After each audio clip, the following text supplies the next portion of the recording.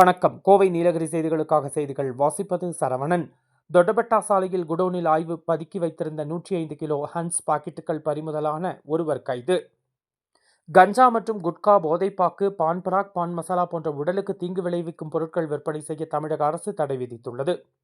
போதைப் பொருட்கள் இல்லாத தமிழ்நாடு திட்டம் துவக்கப்பட்டுள்ளது. இதன்படி போதைப்பொருள் ஒழிப்புக்கான சோதனைகளை தீவிரப்படுத்த வேண்டும். அண்டை மாநிலங்களிலிருந்து போதைப் பொருட்கள் கடத்தி வரப்படுவதை தடுக்க கண்காணிப்பை பலப்படுத்த வேண்டும். இளைஞர்கள் போதைப் பழக்கத்திற்கு அடிமையாவதை தடுக்க பள்ளி, கல்லூரி போன்ற கல்வி நிறுவனங்கள் அருகே தொடர்ந்து கண்காணிப்பில் ஈடுபட வேண்டும். போதைப் பொருட்களின் தீங்கு விளைவுகள் குறித்து பள்ளி, கல்லூரிகள் மற்றும் பொதுமக்கள் அதிகம் கூடும் இடங்களில் விழிப்புணர்வு முகாம்களை நடத்தப்பட வேண்டும் என்று அரசு நடவடிக்கை எடுத்து வருகிறது. நீலகிரி மாவட்ட காவல்துறை கண்காணிப்பாளர் நிஷா அவர்களின் உத்தரவின்படி துணை காவல்துறை கண்காணிப்பாளர் யசோதா வழிகாட்டுதலின்படி உதகை B1 காவல் நிலைய ஆய்வாளர் முரளிதரன் தலைமையில் உதவி ஆய்வாளர்கள் சுரேஷ்குமார், கனகராஜ் மற்றும் காவலர்கள் ஆய்வுகள் மேற்கொண்டு வருகின்றனர்.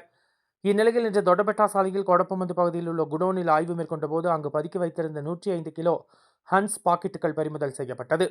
இதனை கடைகளுக்கு விற்பனைக்கு வைத்திருந்ததும் மைசூரை சேர்ந்த முகமது கௌசர், வயது 38, தகப்பனார் பெயர் முகமது உனாஸ் கைது செய்யப்பட்டார். இதுகுறித்து கூறிய காவல்துறையினர், தமிழகத்தில் தடை செய்யப்பட்ட புகையிலை பொருட்களை கடைகளில் பதுக்கி வைத்து விற்பனை செய்வதை தடுக்க தொடர்ந்து இதுபோன்று சோதனை மேற்கொள்ளப்படும். புகையிலை பொருட்கள் பறிமுதல் செய்யப்படும் கடை மீது சட்டப்படியான நடவடிக்கை எடுக்கப்படும் என்று தெரிவித்தனர்.